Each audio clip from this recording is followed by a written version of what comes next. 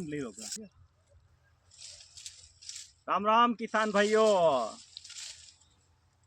मैं हूँ दीपक राठौड़, आपका किसान मित्र। किसान भाइयों, लगातार बारिश की लंबी खींच के कारण और ज़्यादा बारिश होने के कारण खेतों में पैर रखने की जगह नहीं थी।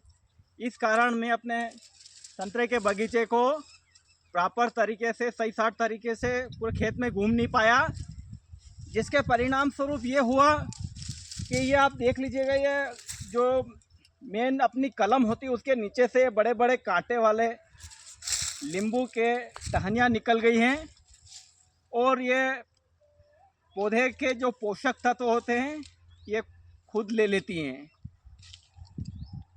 तो आज बहुत दिनों बाद, लगभग एक महीने के आसपास मैंने खेत में घुमा हूँ और मैं देखते ही, मैं काम से फुर्सत होते ही मैं खेत पे आया हूँ और संतरे के बगीचे में घूम रहा हूँ।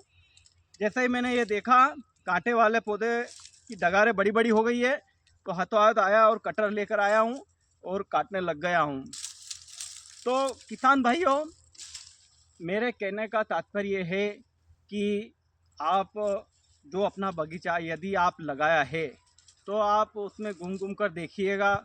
ये कांटे वाली डगारें काटना पड़ती है और इससे अपने पौधे में ग्रोथ रुक जाती है, क्योंकि सारा कष्ट तो यही ले लेता है। रुक दो।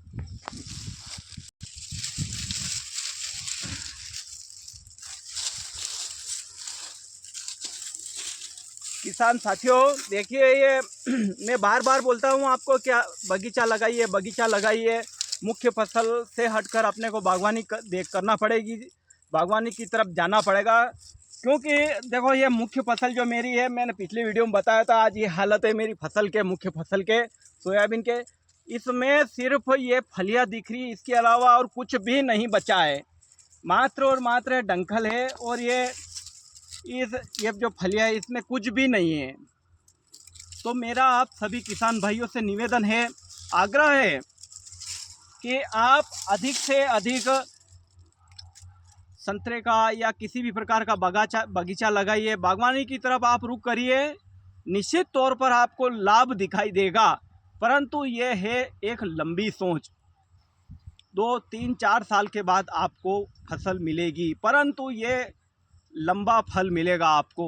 अधिक से अधिक किसान भाइयों, क्योंकि परंपरागत खेती में अब कोई लाभ नहीं दिख रहा है और ना ही मिलने वाला है। देख लीजिएगा, लगातार प्रकृति की मार झेलना पड़ रही है हम सब किसान भाइयों को। तो आप, मेरा हाथ जोड़कर निवेदन है कि परंपरागत खेती से हटकर बगीचे की ओर, बागवानी की ओर चलिए, आइए। और मैं भी आपके साथ में हूँ, मैंने भी ये बगीचा लगाया है 2 हेक्टेयर में। आप भी लगाइए, कम लगाइए, कम पौधे लगाइए, प्रयोग करके देखिए, पर कुछ ना कुछ करना पड़ेगा। जय श्री राम। लगातार नहीं अपने बगीचे में घूमने के कारण देख लीजिएगा, ये इतने बड़े बड़े डगारा हो गई है। अभी इसने पौधे में कितना मिनरल, कितना पोषक तत्व था, इसने खींचा होगा, इतनी बड़ी डगार हो गई है। अगर ये समय रहते कट जाती तो पौधा और ग्रोथ करता, परंतु कोई बात नहीं है, ठीक है।